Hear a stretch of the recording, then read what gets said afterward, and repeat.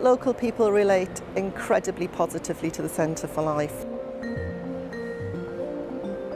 They feel a sense of regional pride, and the fact that the Centre for Life is situated right smack bang in the middle of the city centre really makes it quite special. It's really, really exciting, I think, that we're sending out a statement that science is part of everyday life. Back in the early 90s, I was invited to give a lecture by the American College of Cardiology, and I went to visit Houston, which has a very well-respected genetics institute. And I thought, well, if they can build a world-class research institute in Houston, why can't we do the same? We've attracted a truly international community of scientists, and we've got people from more than 20 countries working here.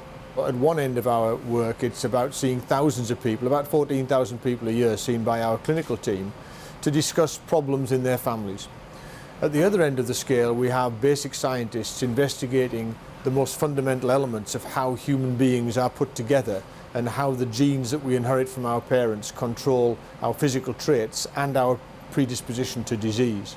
This unique cluster of scientists in this city centre environment makes it a very attractive place to do this sort of research.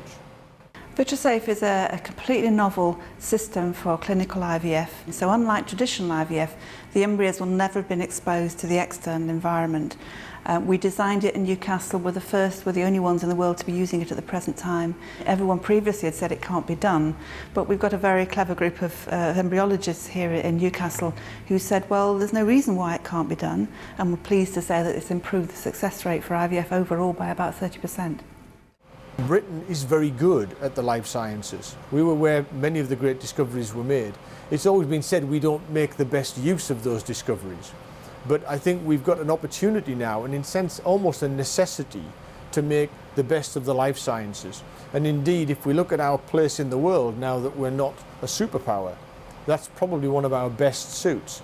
And to actually constantly have an eye on how that can be turned into an economic opportunity for the country.